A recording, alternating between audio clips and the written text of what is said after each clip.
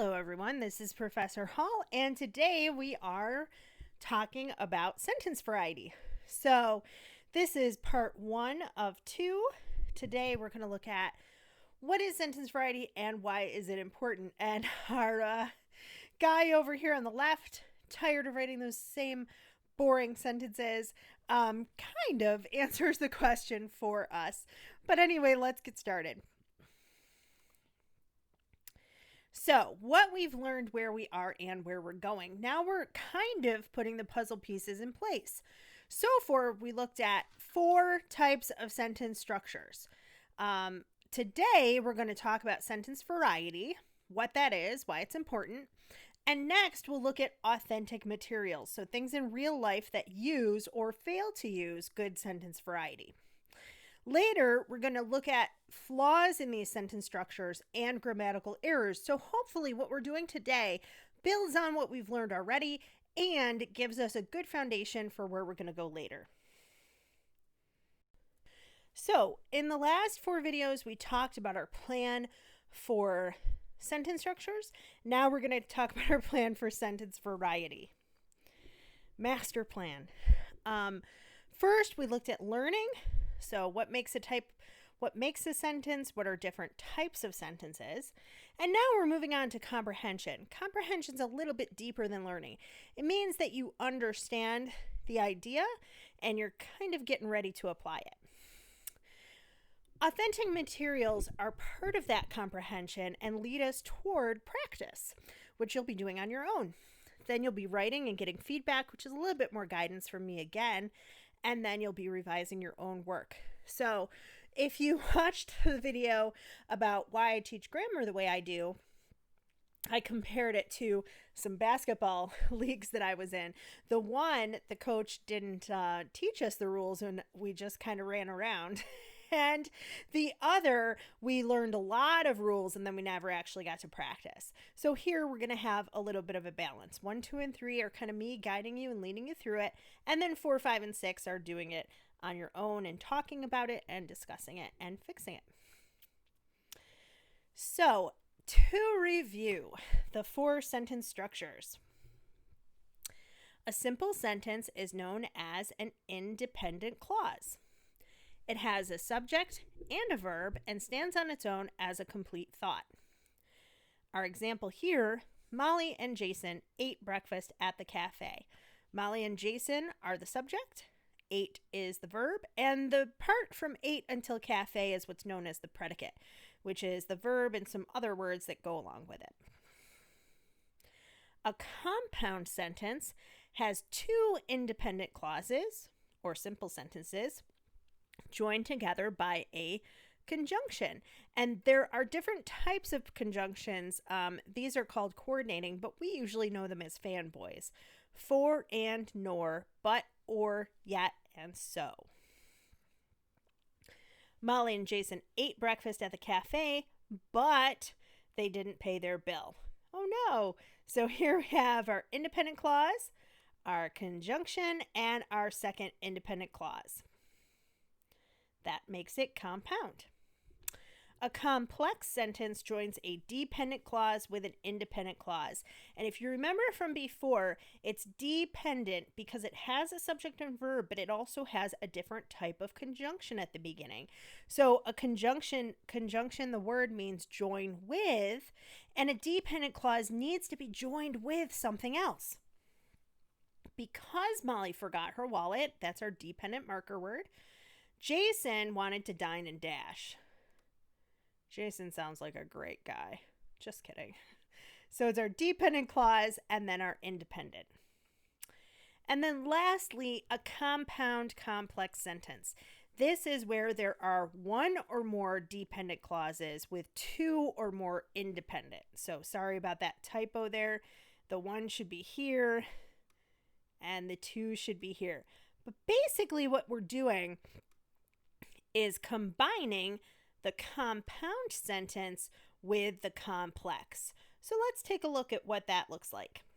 Molly and Jason ate breakfast at the cafe, but they didn't pay their bill because Molly forgot her wallet and Jason wanted to dine and dash. So the coordinating conjunctions, those fanboy words, are still in the yellow. The dependent clause starts with that word because, and they're all combined together correctly. Sometimes people think that compound complex sentences are run-ons because they're longer, but as you can see from the yellow and green highlights here, they're actually joined the correct way. We have an independent, and then another independent, and then the dependent, and then another independent. But they all have a conjunction word, and with the fanboys, they also have a comma before the conjunction.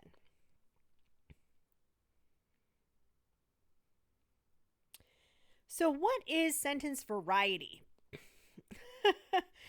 Here we have a group of 5 girls. They are quintuplets. They are identical quintuplets. And they're from the 1930s. They had a circus for a little while, or they were in the circus rather. But you can see there's no variety there, right? They look identical. They're wearing uniforms. There's no diversity. In contrast, here we have a very diverse group of individuals.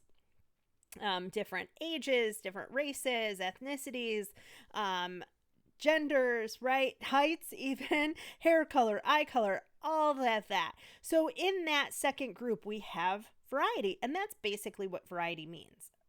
So if variety means diverse and lacking uniformity, none of these people are wearing uniforms the way these girls are, right?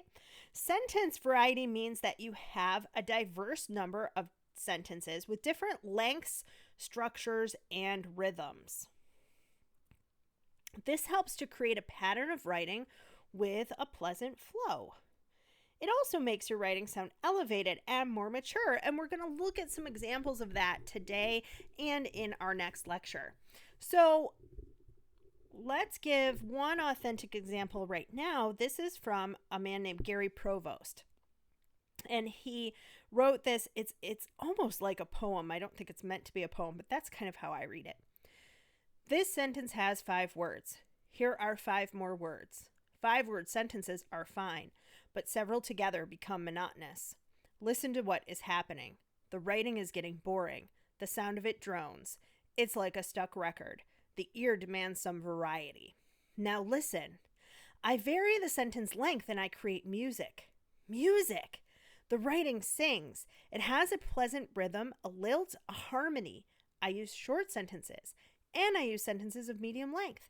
And sometimes when I am certain the reader is rested, I will engage him with a sentence of considerable length, a sentence that burns with energy and builds with all the impetus of crescendo, the roll of drums, the crash of cymbals, sounds that say, listen to this, it is important.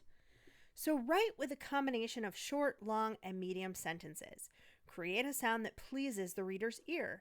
Don't just write words, write music. Beautiful. Honestly, you guys, I feel like I could just end the lesson right here. I won't, so that you can see some more examples. But basically, that's what he's doing. He's mixing simple, compound, complex, and compound, complex sentences. Sometimes we even have a sentence fragment, like with the word music. That is a noun, and there's no verb, but he's breaking the rules kind of on purpose. We're going to talk about that later when we get into sentence fragments, but I just wanted to point it out here. So we have, I vary the sentence length and create music. That is a compound sentence. I vary the sentence length is a simple sentence, and conjunction, I create music. Simple sentence, so it's compound. Then later, he has compound complex, right? The very long sentence that has a number of different clauses in it. The effect is exactly what he says. It's music. It sounds wonderful and delightful, and it flows. And you might be saying to yourself, I can't do that, I don't know how, but that's what we're going to talk about. So, here is a sample paragraph with only simple sentences. Not quite just the same length as the thing from Gary Provost, but still. What I've done here is highlight every other sentence just so you can kind of see the breakdown. And you'll notice that a lot of the highlights are in the same place because of the length of these sentences.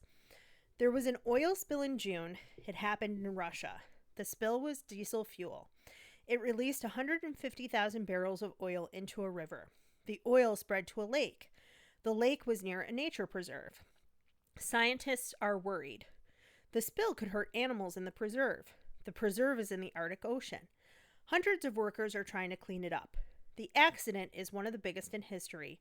It may not be the last. Okay, so I took this information from a real event that happened recently, but you can kind of, I hope, hear and see that the pattern, and I missed highlighting there, but at any rate, the pattern is very monotonous, right? Meaning mono means one, and tone, basically. It's one tone. It's the same thing kind of over and over. All of these sentences are 4 to 9 words long. Most of them are somewhere in the middle, kind of 8 to 9 words, or 7 to 9. So because of that, we don't have a lot of variety.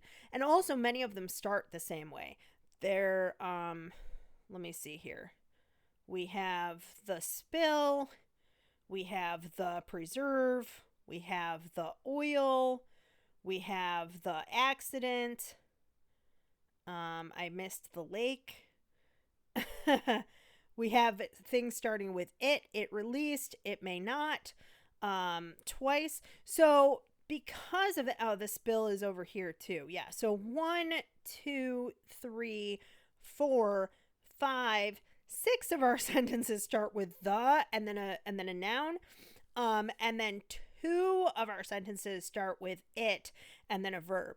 So, and actually 3, because I missed this one. It happened in Russia. So quite boring, right? So it seems like there's a lot of repetition. And the rhythm is short and choppy to the extent that it kind of, to me at least, sounds like it was written for kids. You can hear like a teacher saying this. There was an oil spill in June. It happened in Russia. The spill was called diesel fuel. It spread to a lake. The lake was near a nature preserve. Scientists are worried, right? Like it sounds more like a kid. And that's what I mean by making your writing sound more mature. If you have a lot of short, choppy sentences, it does sound like it's written for a lower level so that it's been broken up so that they can understand it better. So let's take that same sampled paragraph, and now we're going to change all of the sentences to compound sentences. Okay. There was an oil spill in June, and it happened in Russia. The spill was diesel fuel, so they released 150,000 barrels. The oil spread to a lake, but the lake was near a nature preserve. Scientists are worried for the spill could hurt animals. The preserve is in the Arctic Ocean. Sorry about that, guys.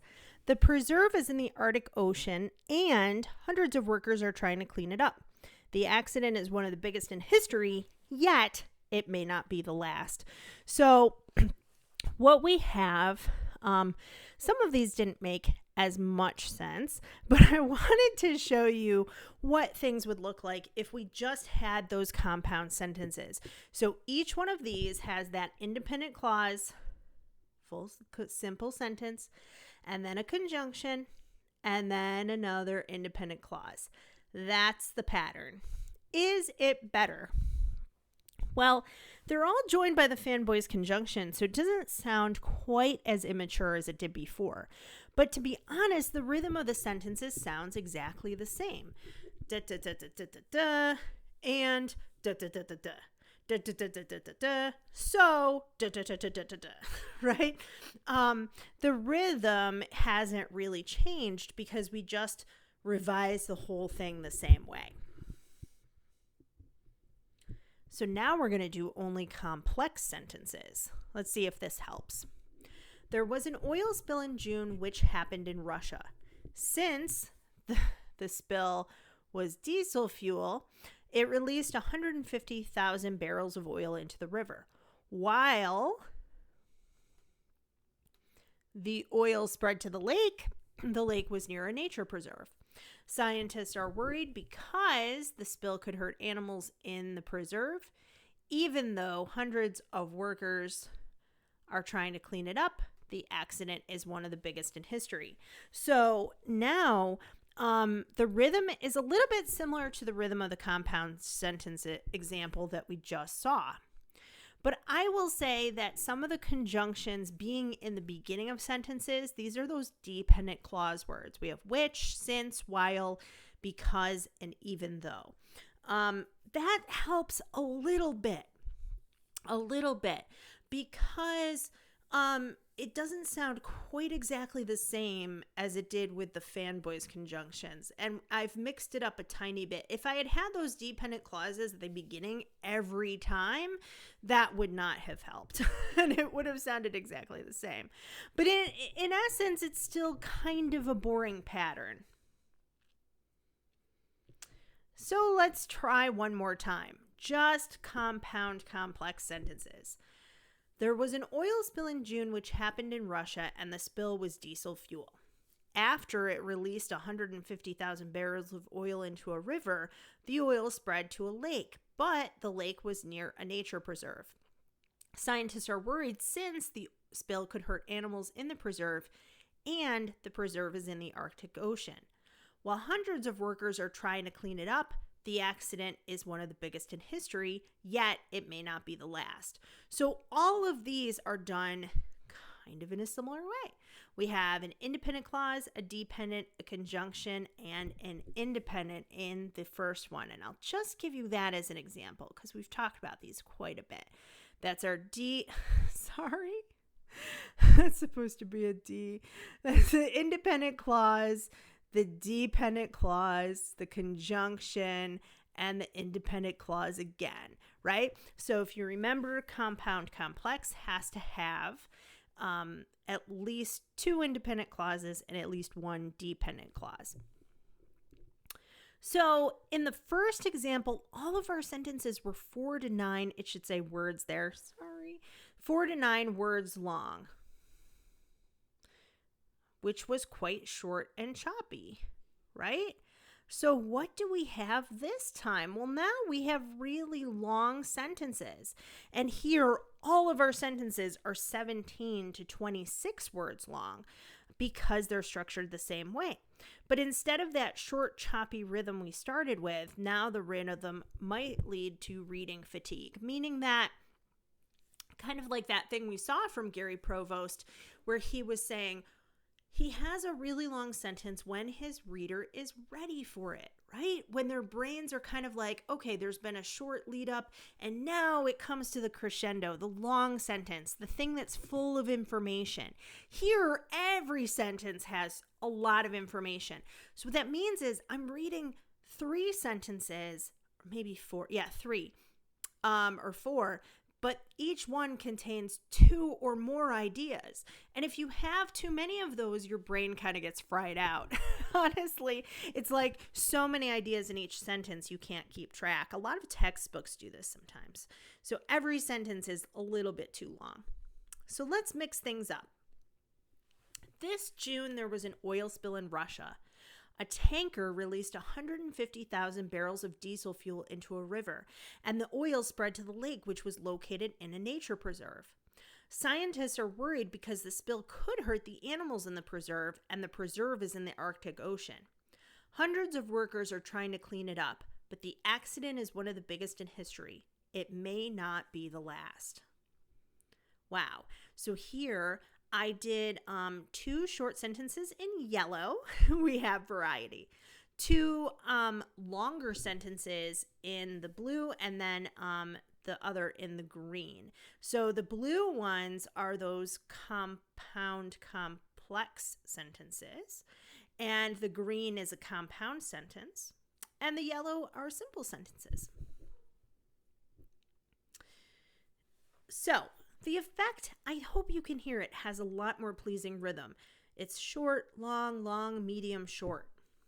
And the writing seems much more mature than the original. It doesn't sound like, in June, there was an oil spill. There was 150,000 gallons of diesel in the river. The river was by a lake. The lake was in a nature preserve, right? It sounds a lot more mature. And the concluding sentence has a lot more punch. It may not be the last.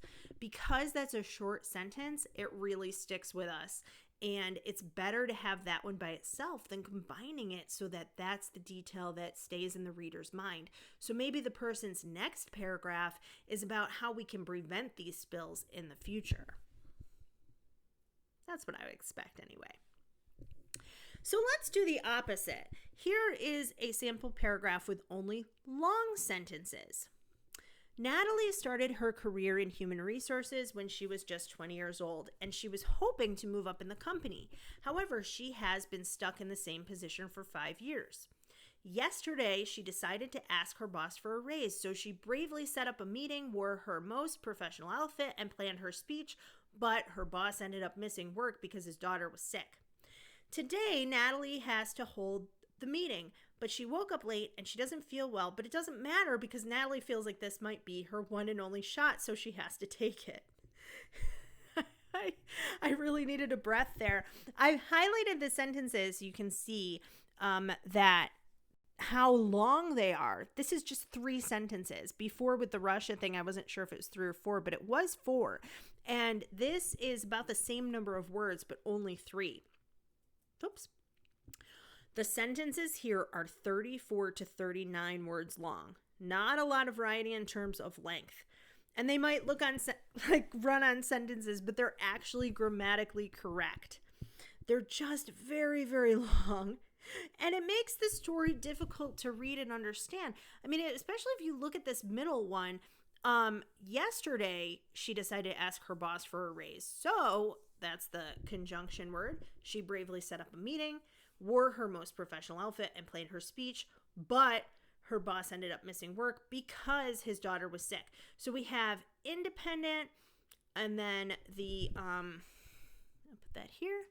We have the introductory word, and then an independent clause, then the conjunction, then another independent clause where she's doing 3 things: setting up a meeting, wearing her outfit, and planning her speech, right? That's 3 things, but that's okay. It's an independent clause.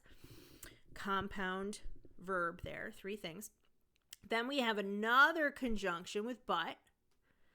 Her boss ended up missing the work, independent clause, because, and that sets off this, which is a dependent clause. But so many things are going on in that sentence. It's has stuff to do with yesterday, but also everything she did and everything her boss did, and also his daughter said. So there's like 3 different things going on in that sentence. And I think for readers, they're like, wait, what? Was daughter sick today? Was it? It can be confusing. And maybe it's not confusing to you in this short paragraph, but if you read a whole book where all of the sentences were this long, you would put the book down. I guarantee it, because it would be like brain overload and also kind of boring to read. So let's mix things up. Here, again, I've highlighted just every other sentence so you can just see a little bit of the variety. Natalie started her career in human resources when she was just 20 years old. She was hoping to move up in the company, but she has been stuck in the same position for 5 years. Yesterday, she decided to ask her boss for a raise. She bravely set up a meeting, wore her most professional outfit, and planned her speech. Unfortunately, her boss ended up missing work because his daughter was sick. Today, Natalie has to hold the meeting. She woke up late and she doesn't feel well. However, it doesn't matter because Natalie feels like this might be her one and only shot. She has to take it. Okay, so what is the difference here? Well, first, we do have sentence variety. We have, at the beginning, we have the independent clause. Natalie started her career in human resources when dependent. She was just 20. She was hoping to move up in the company, but she has been stuck in the same position for 20 years. That but puts an independent clause together. So we have a complex sentence and then a compound. Yesterday, she decided to ask her boss for a raise. That's a simple sentence. So I won't go through each one, but you can see just in those first 3 that we have 3 different kinds of sentences, and the lengths are a little bit different as well. So the shortest sentence here, she has to take it, is 5 words long. The longest one of the ones in the middle, is 21 words long. but it's a lot easier to understand than 34 to 39 words, and it's more pleasant to read. And kind of like the first example I gave you, you don't have to do this every time, but she has to take it, that sentence reinforces the idea that's her only shot, right? So it's kind of like that punch that the reader needs to know how important this is. And having that short sentence there instead of buried where it was before makes it seem a lot more important.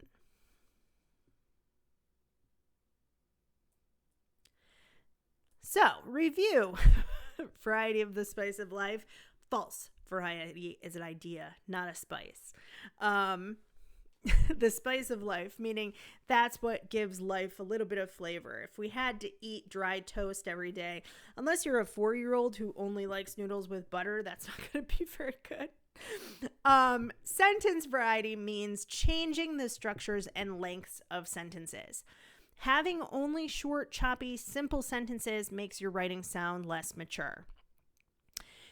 And having long, complex, or compound complex sentences over and over can make your ideas a little bit difficult to follow. In contrast, varying sentence structures and lengths results in writing that flows smoothly. It sounds more mature, and it has a pleasant rhythm that will make your audience want to keep reading. So if you're trying to write a book, it keeps readers turning those pages. I will also say, too, that it does help to connect your ideas a little bit better. With the complex sentences, the ideas were almost connected, but they didn't make sense the way that they were connected. And with the short, choppy sentences, they weren't really connected at all. And there was too much repetition. So hopefully you guys learned a little bit about sentence variety today. And next time, we're going to look at authentic materials and see what sentence variety looks like in real life. So that is it for today. If you have questions, just let me know. Thanks.